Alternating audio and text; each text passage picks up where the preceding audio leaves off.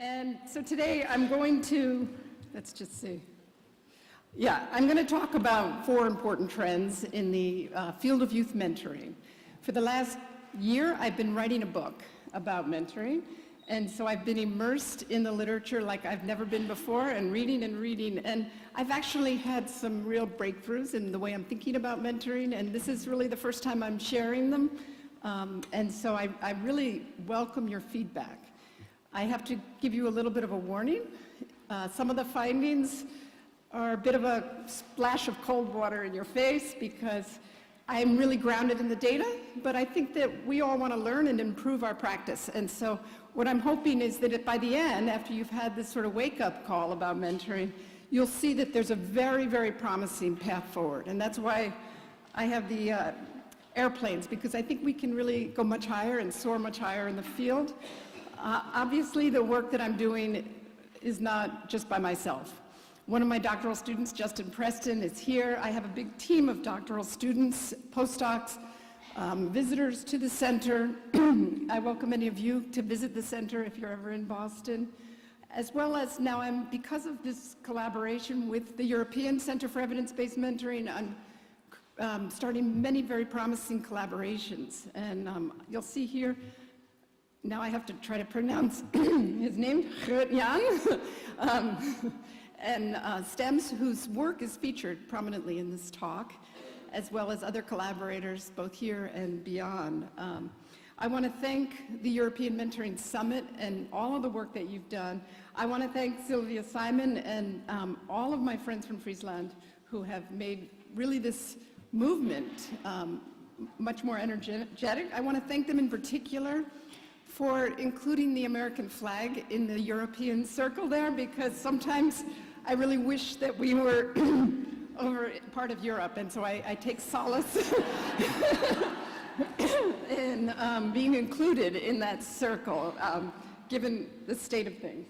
And I also want to thank Betty, who's not here, but who was really spearheaded this as well, and the Center for the National Mentoring Partnership in the U.S., which actually has funded a lot of the center's operations. I'm going to race through a lot of findings today, but I want to let you know that if you want to sort of geek out and really read the articles and see all of the data behind the conclusions I'm drawing, you can just go to the Rhodes Lab. All you do is type rhodeslab.org, and every single article I've ever published on the topic of youth mentoring is there in its entirety. You don't have to dig around a library, it's all there. So that way I'm free to not have to go too deep into the data. I actually market tested my talk yesterday morning, and I was told that it was too data oriented, so I even say, you know, I took some of that out, and I'm really trying to make it as friendly to all of the practitioners here to convey all of the messages without getting weighed down. I also want to urge you to, if you haven't already, visit the Chronicle of Evidence-Based Mentoring. That was started actually at the request of practitioners who said, you know, we never see the articles. They get buried in these academic journals, and then once or twice a year we hear you speak, and we are racing to try to get it. And so in 2012, we began just taking journal articles and summarizing them.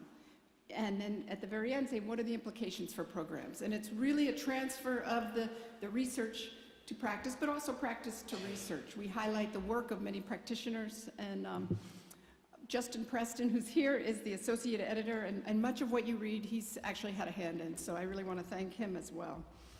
So what I'm going to talk about today, I'm going to talk about formal mentoring, we call it that, mentor programs, anything where a program is involved. I'm also going to talk about natural mentoring, and what I mean by that is like the teachers and coaches and clerics and anyone else that a young person just meets on their own. I want to talk about how we might bring those two fields together through training, and I want to talk about some new models of mentoring. So that's a lot to cover, and I will try to go as quickly but slowly as possible at the same time, so I make sure that everything's clear. If you do have any questions or you want me to slow down, please just tell me. And again, a lot of it's here. So let's talk for a minute about formal mentoring or mentoring programs. In the US, we have a tendency to exaggerate and use a lot of hyperbole and kind of just get right to what we hope, like make America great, mentoring works. This whole notion that you can just say something and then it is has haunted and bedeviled our field, I believe. So if you sign up for this summit in Washington, D.C., you get this tote bag, okay? And then they have all these researchers who are like, no, it only works sometimes. And we want to have like a whole back of the tote bag that tells you the conditions that you need to make mentoring work, which probably wouldn't be very popular, but to just say mentoring works creates a complacency and a satisfaction when in fact there's a lot that needs to be done to get it to that point. Sometimes mentoring works, sometimes it's phenomenal. Sometimes it's the most powerful intervention there is. But sometimes it ends up disappointing young people and leaving them worse off than before. And so we need to be a little bit more nuanced in how we think about mentoring and mentoring programs. There's, a big push among researchers to say, no, it's only useful and helpful if it's high quality. And just slapping the word quality on something doesn't make it so, if anybody who's ever stayed at a Quality Inn. Same thing, the world's greatest steaks, just saying that doesn't make them the world's greatest steaks. And so I just want to kind of just say, let's move away from some of that hyperbole and really get serious. And what I love about being in Europe and speaking to all of the European programs is that's really what I'm sensing. And it's very, very different from what I was sensing in the US when our mentoring movement was beginning to take off about 15 years ago. I would go to meetings and I would say things and I was off message. And there was a way in which there was a tension between research and practice in the US. I don't feel that here. I feel an eagerness to embrace the research. So the first thing I want to say is that actually volunteer mentors are much more rare than we think. Because we're immersed in the field, we think they are everywhere and that we do have to work to recruit mentors to our programs, but there's an unlimited supply if we just work harder to bring them in. And I want to just ask you I'm going to be giving you pop quizzes, partly because I'm a little bit attention deficit myself, and so if I have these little speed bumps, it helps me, and if I know I'm going to be quizzed as a professor, I know my students pay more attention. So I want you to just guess, what percentage of US adults serve as volunteer mentors, defined as engaged in a program at least half a year, so 36 weeks about. What percentage of American adults do that? 1%, very good. And now, you keep hearing, oh, mentoring's increasing, mentoring's growing. Has it increased in the past decade? Stayed the same, okay. So this is from a study that my colleagues did. Nathan Dietz, who's the middle author, it works for the US Census Bureau. And we took US Census data where we actually could see what Americans were doing because there was a supplement to the US Census that was about volunteerism. And the question was, do you volunteer? And what is your main volunteer activity? And then we could see who these people were demographically and income level, all sorts of stuff. So this was the US Census Bureau. It was more than 100,000 adults in 56,000 households. So it's a pretty good representation of the US, okay? And what we found is it was 1%. And look, the rates have gone up a little bit. It wasn't significant. They kind of spiked and then they went back down, but pretty much if you look at it overall, it hasn't been that big a increase, okay, over the last decade, despite all the rhetoric about mentoring being, it's really hard to get adults to step up and give their hearts to a complete stranger. It's just a hard thing to ask. It's a big ask because many of us have our own kids, our own people in our lives, and it's just hard. And so we have to take seriously that this is a precious resource. 2.5 million adults in the US, I don't know how many in your countries, but it's a small fraction. Let's take full advantage of that precious resource, okay? Most of them we found are female, the majority are female, the majority are white, they're middle-aged, they kind of look like me, right? White, middle-aged women. And most of the people who are being served by these programs are young people of color in poverty. So there's a little bit of a mismatch there. It's not like it can't be done, but it also makes it that much harder, right? You're taking two strangers who are crossing this huge gulf in terms of their previous experiences, and you're going to try to make this work in the U.S. I've recently been doing some work with Oscar and Justin on comparing U.S. and European mentoring, and it's a little different. You guys, Europe tends to have a younger mentor, and the focus group tends to be, I'm not going to steal the thunder. The focus of mentoring tends to be ... go to the talk. But here's what I'll say, that even though there's this precious resource, an adult who's willing to step up, give up an hour or more of their time a week, we squander that resource, okay? How do I know that? Well, what do you think the overall termination rate is every year in terms of, and when I mean termination, I mean the kid has signed up, the mentor signed up, but the relationship did not last the entire school year or the entire calendar year. What do you think that rate is? 40. Yep, it's about 40%. Now, has that rate changed? No?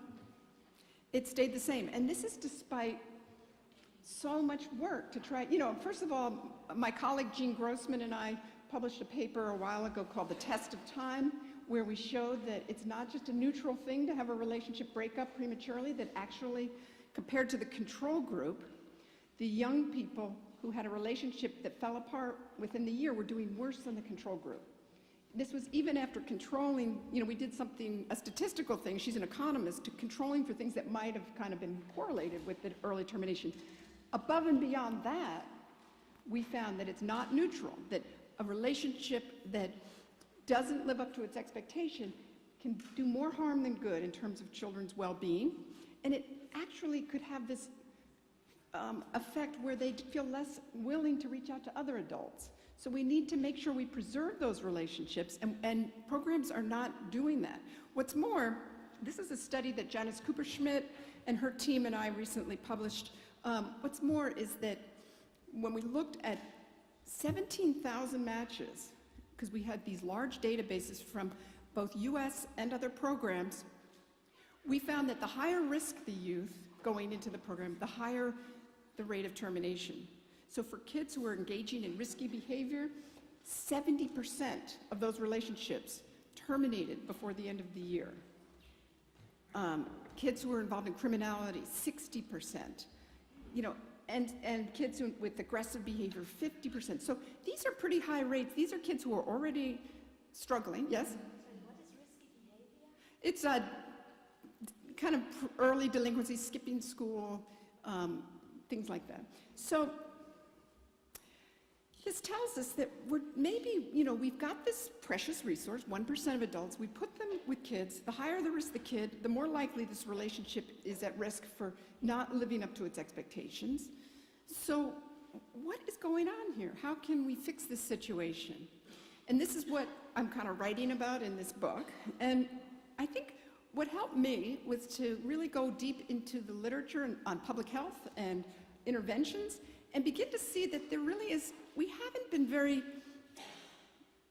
methodical about how we think about the risk of the youth going in and how best to use the volunteers given that risk, okay? So public health people talk about universal prevention programs, which are, programs that, you would give to everyone in a classroom, like grit or mindfulness or whatever, social emotional learning kinds of things. And then they talk about these selective programs, and these are kids who aren't showing any signs of problems, but they're in difficult circumstances. Maybe they're refugees, maybe they're living in extreme poverty, whatever the group is.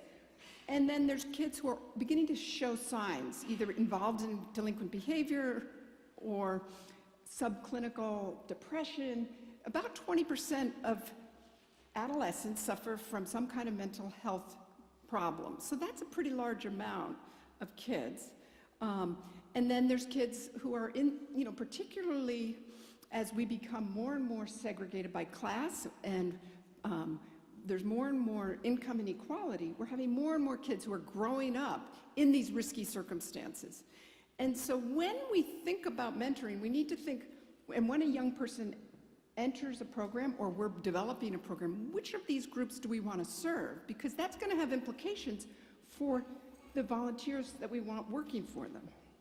So if we are dealing with kids who are kind of having the subclinical depression, or maybe they're very anxious, or maybe they're beginning to skip school or whatever, we might want to put them with a better trained mentor.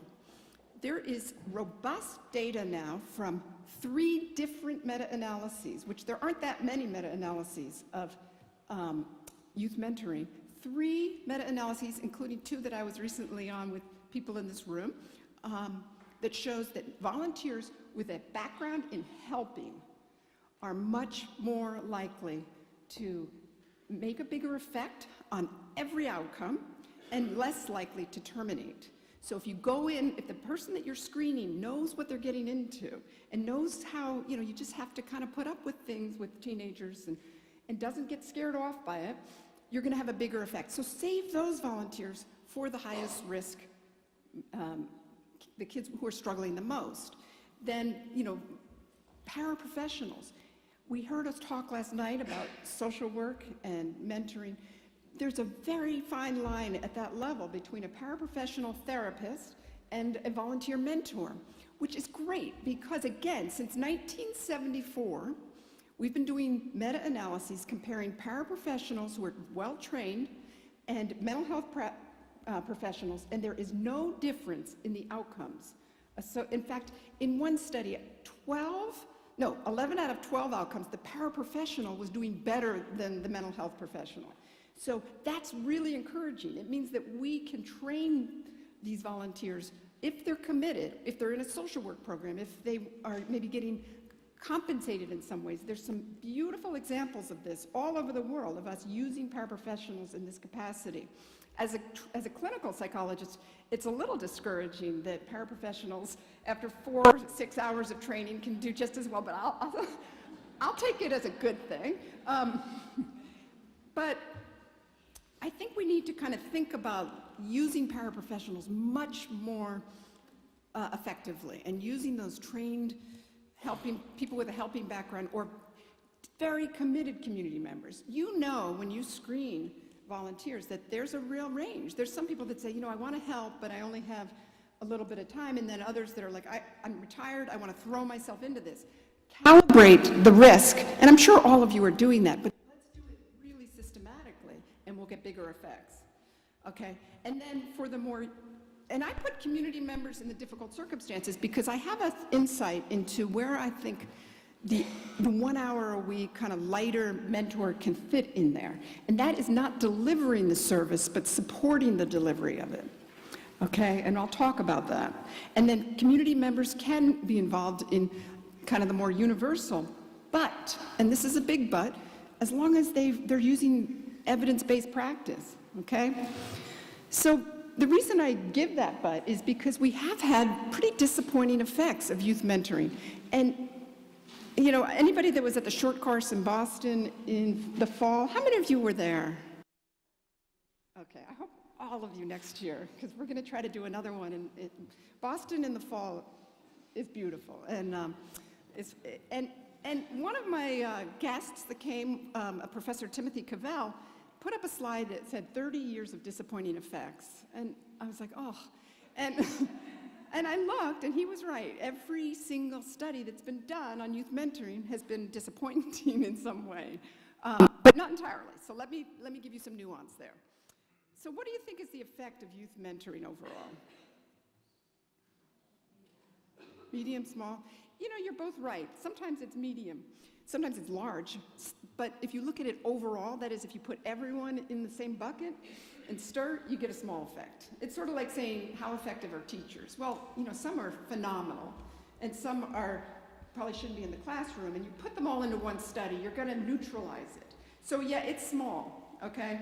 And again, despite all this research, despite, you know, the Chronicle being out there saying, here's how to do it, despite all that we're trying to do and all that the researchers in this room are trying to do, the effects have not really budged, okay? So let's talk about effect sizes for a moment. You know, there's no easy conventions for what is a small, medium, or large effect, but try to remember these numbers, because the one thing I'm gonna ask is that you remember these numbers, okay? So around 0.2 is a small effect. Around 0.5 is a medium, and around 0.8 is a large effect. This is Cohen's conventions. And, you know, for large public health meta-analyses, a small effect can make a big difference. And so we kind of hold universal interventions to a different standards, because even a small effect on something like HIV or something like that can be meaningful. But with that in mind, keep those numbers in mind, because there is a tremendous amount of bouncing balls and effect sizes in mentoring and prevention interventions overall. So what I tried to do, so I was working with Janice Cooper-Schmidt and a team at Mentor to create what's called the Elements of Effective Practice, which we'll talk about. And we had gathered 700 articles on youth mentoring to try to figure out what works, what doesn't work. And I had this ridiculous insight, which I really sometimes regret, which is, wow, I've got all these articles, why don't I do a meta-analysis? That would be easy. And it was 4 years later. We have it under review, but it was not easy, because doing a meta-analysis is much harder than I thought, but I felt like we needed to, because I wasn't happy with the previous ones. The previous ones I felt were too permissive of what they counted as mentoring. They counted everything from tutoring to online to group to you name it. And I was like, let's just really try to figure out what the effect size of youth mentoring is. So it had this definition, okay? And it had to be just a one-on-one relationship. Well, we had a little group, but only as an adjunct, with mentoring as a non-parent adult or older youth, acting in a non-professional helping capacity with a specific younger person. So we had this definition. I had a team of doctoral students. We went through thousands of studies and found ones that fit that definition. We ruled out all of these, just as you look at them, just scan them quickly, just so you know what we didn't include in this meta-analysis. And we had 5 outcomes. Now the other thing is, previous meta-analyses have had really kind of conceptually confusing outcomes. They have something called psychosocial. What the heck is that? Psychosocial. So I was like, no, let's do the ones that fit with developmental science, which is, you know, psychological symptoms and internalizing and externalizing and all of these things. And then within each of these, we had subcategories. So it got very, very complicated. And here is the, you'll see that Young is the second author on this. He ran these analyses. My former postdoc, who's now an assistant professor, Liz Raposa, did most of the coordinating of this study. And so we started with 16,000, we went through 16,000 records. Of that, about 200 from previous meta-analyses. We screened them all. We screened out most of them. The ones that seemed like they fit that definition was about 80. Of that, we couldn't find the data and such, so we got down to about 70. That represents 25,000 young people. And the effect size was 0.19, the overall effect. Okay, almost identical to the previous meta-analyses, which I was like, oh, you know. And then when we looked at it by different outcomes, there was no significant difference across the different outcomes. But we did find some interesting moderators. Now, a moderator is something that if it's included, it actually increases the effect size, okay? And first of all, within study moderators, this is looking at different, significantly different outcomes. Okay, so kids are, the effect size is much larger if you're measuring academic engagement, like how attached they are to the school, than if you're measuring their actual grades. The effect size is larger on relationships than it is on social skills. The between study moderators were this, okay? Male mentors and male mentees get stronger effects. Here we have helping professionals again. 2002, Dubois found that. Okay, in a big meta-analysis of 73 studies, people find that in individual studies, Now we're finding it. And we then just did recently another meta-analysis, which I'm going to tell you about, and we found it again. There's some knowledge there that we all need to take to heart because it's pounding us over the head with it. And that is our best volunteers are the ones who are coming in with realistic expectations and some experience. And so we put those people with the higher risk youth, okay? And then hours per meeting, we didn't understand this, but we thought it might represent like, if you do like a 6-hour all-day mentoring and it's just very concentrated, it's not as effective. It overtaxes the volunteer than if you spread it out. This is, Tim said 30 years of modest effects. It's more like 16 years because the first one he included wasn't mentoring. But that's a pretty long time to not have very strong effects. Okay, now I should tell you, do you remember the numbers? 0.2 is small. Okay, 0.5, 0.8. I should tell you that we're not that different from other universal prevention programs. And it's partly because, as I said before, there are some programs that are outstanding. Many of them, I wanted to put the logos on this page of programs that I think are outstanding, but I knew I'd forget some, so I just erased them all. But some of your programs are outstanding and are probably getting those large effects. But there are programs that are not doing a good job, and that's where the problem is.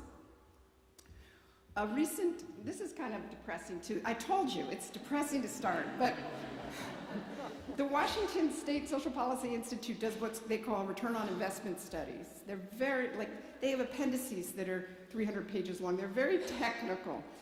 But I had to go through it for you, and there you go. But the red is where the taxpayer investment is larger than the yield, okay? That's not good. And sure enough, some mentoring programs fit in there, okay, recently, 2017. So for some, and I'm going to talk about the some, because some of them are yielding 25,000 on the dollar. So, but for some mentoring programs, the yield is actually negative. Okay, so we need to get our acts together and improve what we're doing. I will tell you right now the punchline. The punchline is that everything I believed in for almost 30 years was wrong, okay? And that is, I believed that the best mentoring was when you formed this everlasting bond and that every volunteer was capable of it. And you know, if you read Stand By Me, that's all I talk about. And I'm just like, come on people, let's all do this. Now, I'm older and wiser, and the field has evolved, and we need to take seriously the fact that that's not the way it works. That model is not working, that friendship model. The model where you just put people together and hope for the best with very little training and very little goal and very little direction. It can be the most spectacular experience in someone's life, and anyone who's had a mentor for many, many years through one of these programs or seen them knows the miracle of those relationships. The problem is those are the moonshots, the home runs, the ones that are outliers, okay? They happen, but they don't happen enough. And the average volunteer isn't producing that. The average poorly trained, poorly directed volunteer is not giving that yield, okay? So I had to kind of just say, okay, what do we do, right? And so one thing is training. Training makes a huge difference, and you guys are better at it. There's programs in the US where they were so excited about getting people into mentoring programs that they didn't really train them because they felt like that was going to be too heavy a lift, right? They can learn on the job. They can learn through supervision.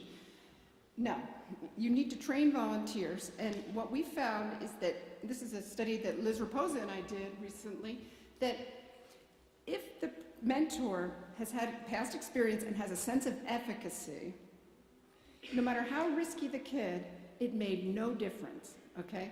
If they didn't have previous experience and didn't have a sense of efficacy, they were at much higher risk of early termination, okay? So because young people are facing so many, I think, obstacles and hazardous living conditions, we need volunteers to be trained better in how to work with those kids.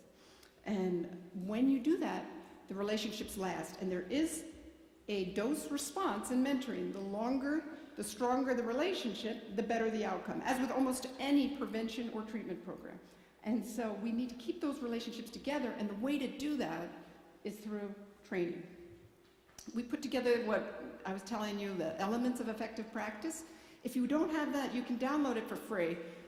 It's a PDF, and it has, but here's what I'll tell you. It's not a training manual, okay? It's guidelines of how programs should be set up. It says 2 hours of training, for example, or minimum of 2 hours of training, but it doesn't tell you how to do that training, right? And programs sometimes conflate, I would say a lot of programs in the US conflate following the elements with providing training. It doesn't. And in fact, I just read about this program. I had to write a screed in the Chronicle about it, a program that just said our training was based on the elements of effective practice, and they got no results. But anyway. Yes, there needs to be 2 hours of training. There needs to be this, that, and the other thing. But find evidence-based training depending on what your goals of your program are. This is what we have in there. We have, and this is led by Janice Cooper-Schmidt, who's here. I think she overslept. And I called her, she's like, what? But we go through each of these trainings and each of these things, and we say, what does the evidence tell us about who to recruit? What does the evidence tell us about how to screen a volunteer, how to train a volunteer, how often to support them? Okay. So what we found, and this again was 30,000 matches. We've been very privileged to have huge data sets because of our collaborations. 30,000 matches. We found that following those standards led to significantly longer relationships. It was a robust effect, okay? However, only about 65% followed them, okay? And only a third followed them all. So we need to follow them a little bit more closely because they do lead to longer and stronger matches. The problem is our field itself is sending the absolute opposite message. Okay, this is a flyer that was at the summit. You don't need special skills to be a mentor. I would say yes, you do, okay? And I'm gonna have to just take like a marker to the next summit and run around with crossing things like that off because it's like we're cross purposes. It's like, get out there and mentor, but you don't need any skills. And I'm like, no. Really think about whether you can make this commitment, and yes, you need some training. And so it's a different viewpoint. And so consequently, if you look at universal prevention efforts, which mentoring falls into that, much of it, I mean, some of it is selective and some of it is more indicated, but if you look at it, our overall effect size is 0.19, whereas other programs that are competing for the same dollars as our programs are getting much bigger effects. So this is where I'm going to turn, you've been woken up, hopefully, I'm going to turn and tell you how we can get there, okay? Because we can. It's within our reach and it's easy, I think. So let's talk about these new models and how we can get out of where we are. And you guys are at a fortunate place. You can learn from all of our mistakes because it's earlier in the evolution of mentoring here in Europe. And we've had 30 years to mess it up, right? And learn from it. And I just wish that you could learn from us politically and environmentally and but learn from us at least through mentoring programs. Our mistakes are your lessons, okay? So how to improve it? These two things, strengthen formal mentoring and support informal or natural mentoring. Okay, so how do we do that? Here's what I'm going to talk about for a few minutes. And that is that Tim Cavell, this person that put up that other slide, had this insight in the latest handbook of youth mentoring where he said, for years we've thought about a relationship as the intervention. Just form a relationship, and that is the intervention. Almost like old therapy models, like Freudian model. Like just the relationship can cause all this changing in your internal working models and do all this stuff. He said, no. That's too heavy a lift for your average volunteer. Form a relationship, form a good enough relationship, but then use that with evidence-based practice to intervene, okay? So he said, let's switch from relationship as intervention to a relationship as a context for intervention. So you form a good relationship, and then you bring in your evidence-based toolbox, and you work together on something that changes processes. And what I had this insight from writing this book is actually Another role for mentors could be the intervention that's already going on in a school, in a court system, in a foster care system, whatever that intervention is, can be a context for a volunteer to go and support that intervention. It's a much lighter lift for your average volunteer. They can go in and they can work with the youth that are getting this skills training, and they can practice it with them. And they can become an ally who helps them and keeps them on track. So there's different, we have to kind of move away from one size and these different models. I would say that most programs in Europe are in the middle group, maybe? Would you say, if you look at these as a practitioners, where do you see your program fitting in that kind of middle? Okay, so let's talk about each one. You see in the back there's arrows in every direction. I think that that's one of the problems, is that at least in the US, a person shows up for Big Brothers Big Sisters, they get paired with whoever's available, or another program. I don't mean to pick on Big Brothers Big Sisters. They get paired and they don't really have a clear roadmap of where they're going. They just hang out and they hope that as problems percolate up, there's a sense that they'll work on it together. And there was this trope that came out of research from years ago that let the child decide what to do, what the goals are. It was called a developmental relationship, and they contrasted that with a prescriptive relationship, which was like too top-down. And I think that that has been a disservice to our field. There needs to be a goal. If you think about natural mentoring, which in some ways we model ourselves after, these beautiful bonds that form naturally, there's never just like no purpose to the relationship. The reason those two people connected is because they shared something, some interest, some goal, something. And to just put two strangers together without that kind of clear roadmap is a wasted opportunity. But don't believe me, believe the data. So here's a study that was done by John Weitz, who's, you know, once you start going down this path of evidence, you can't avoid John Weitz. And Joe Durlak, they do beautiful meta-analyses. This was an article in the American Psychologist, and he said, one other point about the summary of evidence, and look at the title. It's like, yeah, this is something we would care about. One other point about the summary of evidence warrants attention here. Some investigators have searched the literature for studies of treatment as usual. Now, let's talk about treatment as usual, where the therapist was able to use their clinical judgment to deliver treatment as they saw fit, not constrained by evidence-based interventions or manuals. I would say that describes a lot of the old style mentoring, right? And which there was some kind of counterfactual control condition. Meta-analyses of these studies of usual clinical care have found effect sizes averaging 0, okay? So that's like, wait, okay, we need to take that seriously. And that, he just recently did a paper in Current Directions in Psychological Science. It was called 5 Decades of Meta-Analyses, and he found the exact same thing. He found two things. One is usual care has no effect, and two, paraprofessionals are just as effective as professionals. So these are findings that we have to kind of just say, okay, what does that mean for mentoring?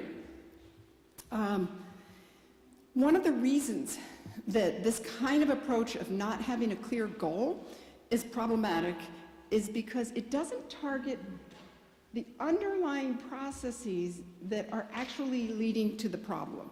So there's a guy, Greg Walton at Stanford, and he talks about this thing called wise interventions. And these are interventions that are enormously effective, like huge effect sizes. And he says they all share this thing where they target what it is.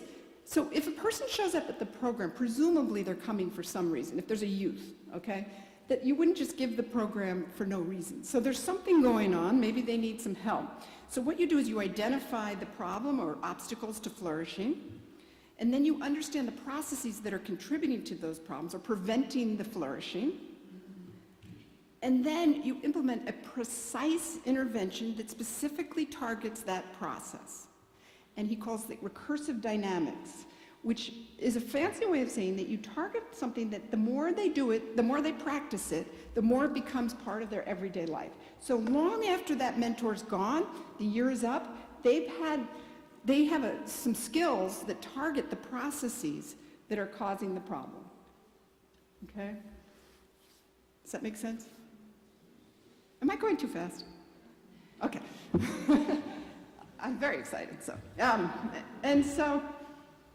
part of the reason that these friendship models might not be working is because what recursive process, what underlying process are they targeting, right? And so really it's just fun and nice to be with a caring adult who's listening to you. So there is a boost, there is an attachment to school because they like to go to school and see their mentor, but when that mentor leaves, they've actually just lost something rather than have something internal that continues to grind as like an engine of growth, right? And it's like giving them a fluffy puppy dog, and they're happy. You give them a test of their mood goes up, but then at the end of the year, you're like, nah, I'm leaving now. And that's what happens in many, many mentoring programs. If you're just giving them the ice cream cone, you're just giving them the puppy dog and not working on something, you haven't changed those recursive processes. So this is where Tim said, you know what, let's use that relationship as a context for intervention, for evidence-based intervention. And he says that puts less pressure on the relationship. It doesn't mean that there doesn't have to be one. And I want to make perfectly clear that all of this is predicated on a relationship, that we're not bypassing that in any way. There is a relationship. It's not all work. There's a lot of play. There's a lot of relationship building. Just like clinical psychology, we have a big focus on what are called common factors in therapy that have to be there. They're necessary things like a relationship and expectation and positive feeling, but that's necessary, but it's not sufficient, okay? And that's what we're learning. So what Tim's insight was is let's combine the two, okay? So he has a program called Lunch Buddies where the volunteer shows up at lunch and sits with the kid and notices what the kid might be doing that's alienating their peers and kind of coaches them. And it's really great. And there's other programs, Fostering Healthy Futures, lots of programs. I was hearing about the ones in the orphanages in Russia, where there's just a lot of focus on what is the problem, what can we do? And sometimes the problem is just trust, right? Maybe the person has been exposed to trauma and can't trust. That's the intervention. That's fine. A relationship can be the intervention, but you do it in a way that's very mindful of how do you work with someone who's trauma exposed. What is the best practice in trauma-informed care to rebuild trust, okay? But my problem with this, and so here's the evidence for this. If you look at universal evidence-based skills programs, their effect sizes are much larger than this is 3 different studies. One was by a woman named January, where she found, she compared in a meta-analysis programs that just had the relationship versus relationship plus skills. And look at the difference in findings. John White's, you saw that. He said it's near 0. I estimated at 0.01. And mentoring. Now, where do you think I got that 0.06? Because I was looking for a program that was mostly relationship-based. I got it from 2 different large-scale evaluations of Big Brothers, Big Sisters of America. The community-based one and the school-based one, if you read through to the appendix, the effect size is 0.06, okay? So for all the hyperbole and talk of those studies, the effect size for relationship-only interventions was pretty darn small, right? Compare that to some new work. Yes?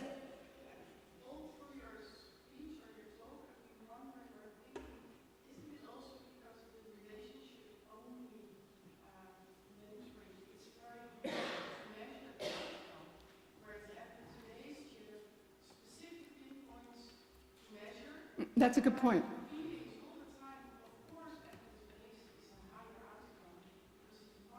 But what would you measure if you were measuring the benefits of a relationship only? What would you measure? Yep.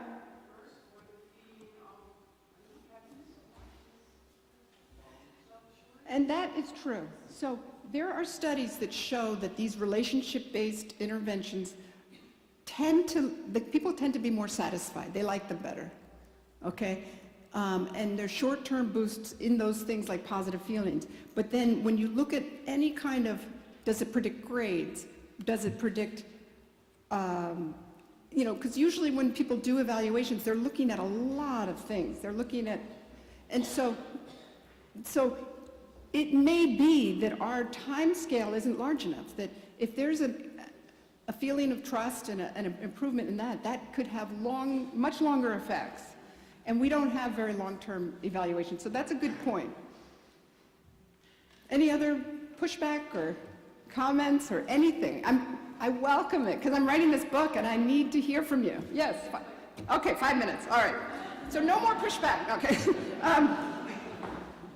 Here's my problem with that. Can I have an extra 5 minutes? Because I kind of went too slow. Okay. I'm a bargainer. Here's my problem with that. My only problem with that is, remember, volunteers are very busy, sometimes flake out, right? This depends on the volunteer doing the intervention, okay? And that can be a problem. So this is why I think the most promising is interventions as a context to bring in mentors. So there's these beautiful programs out there like social emotional learning and all sorts of things that are getting large effects. Bring volunteers in.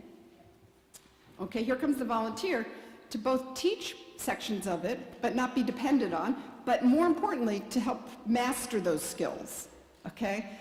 This is what happens when you spend all your time alone reading, okay? You start going off in new directions, but there is a tremendous amount of research that shows that it's not enough to teach a young person skills, they have to practice them. It's like showing up and giving the piano lesson and then nobody practices all week long. How are they going to get better?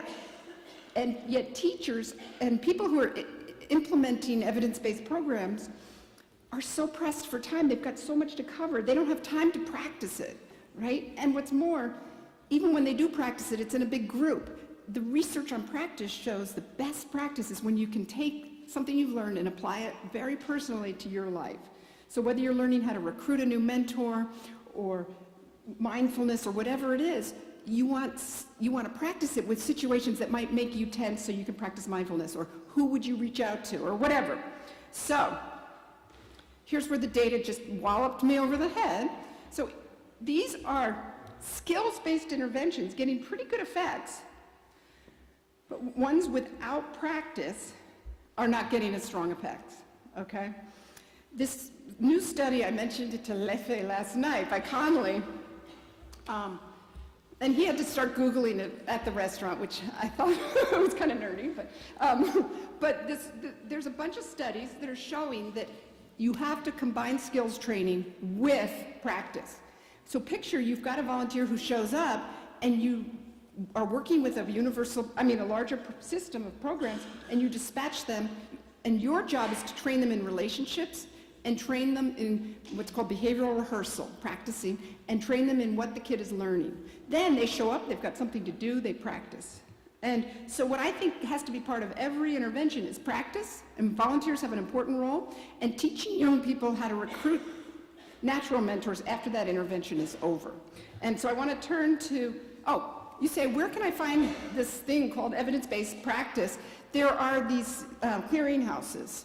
So there's the National Mentoring Resource Center where you can type in and they'll tell you whether or not a program is effective. There's also the Institute for Educational Science has a clearinghouse. They say, find what works across all of these topics, okay? So what I want to say now, I have 5 minutes, right? Do you guys have 5 minutes? Okay. Okay, so I want to turn now to my second recommendation, which is let's not only think about formal mentoring, let's figure out how to move upstream, okay? At the very end is treatment, and then these different kinds of intervention, they require different resources, but what we really need is much more of a relationship-based focus to the settings that young people are in. And so we recently did a meta-analysis. It was the first ever of natural mentoring, and this was with Lefe and Jan, and we looked at the presence or absence of a natural mentoring and the quality of the natural mentoring relationship as predictors of outcome. And what we found, there aren't nearly as many studies, mercifully, and Lefe and his colleagues did most of this record scanning. We ended up with 30 studies. Just presence or absence had a very small effect, but if you started to look at the quality of the mentoring, you began to see that that had a very strong effect. Because when you just ask people, do you have a mentor, it could be anything. And so once you start saying, wait a minute, is this a serious relationship, the effects are actually larger than formal mentoring. I've also been looking at informal mentoring in this adolescent health data set, which is about 20,000 kids. We followed them, the US government, followed them for five waves. And in the third wave, they asked if they had a natural mentor. And what we find is about 4% of people have a formal mentor, but 64% say they have a natural mentor, okay? So that's where a lot of the action is. The problem, however, is that if you're poor, you have a different kind of natural mentoring relationship, okay? If you're poor, your mentor tends to be your family, and if you're rich, your mentor tends to be a teacher or coach or somebody who has higher social capital. And we found that even the probability of having a mentor, people who lived in high poverty neighborhoods had a much lower likelihood of having a mentor. And when they had them, they were much more likely to be these strong ties as opposed to weaker ties that connect them to jobs. I'll skip over this, but basically we find that people who have these weaker ties have higher academic achievement, but that these ties are unequally distributed. The rich kids have more mentoring, and the mentoring they have connects them to jobs. The poor kids have natural mentors, but it doesn't connect them to anything as much. And so this is where mentoring programs come in. We need to teach young people how to recruit mentors, okay? So if you think about that continuum, what we can do is kind of scaffold and get between formal and informal. So when we have a young person come to our program or get referred, part of what your responsibility is to teach them how to recruit mentors. And so we have, and the other idea is that people don't just need one, they need a lifetime of mentors. So once you teach them that skill, they can begin to, if we think about recursive processes, one of the things that's leading to their disadvantage is a lack of kind of social capital. If you teach them that very specifically, it will help them. So we created a program, which I can't go into now, but we're happy to talk about, called Connected Scholars. I will tell you the finding, though. I'll just tell you now. And we're almost done. We were constrained to only 4 sessions of Connected Scholars. So we did a random, semi-random. One group got this program for 4 hours. The other group did not get it. These were incoming, first-generation, mostly immigrant college students, okay? One group got 4 lessons in how to recruit a mentor. The other group didn't get that, okay? 1 year later, the young people who were taught in 4 lessons how to recruit a natural mentor had a higher grade point average after their freshman year of college. They were less help avoidant. They were more engaged. They had a greater intention of seeking support. Based on that, we recently got a William T. Grant Foundation major grant to do a huge randomized trial of Connected Scholars. But this is what I think is a wise intervention. It targets the process that's leading to the disadvantage, and it's leading to very robust effects. So in conclusion, I think there are caring adults out there. Young people need to connect to those, and they can get the scaffolding to do that. So here's your final quiz. How can we improve youth mentoring?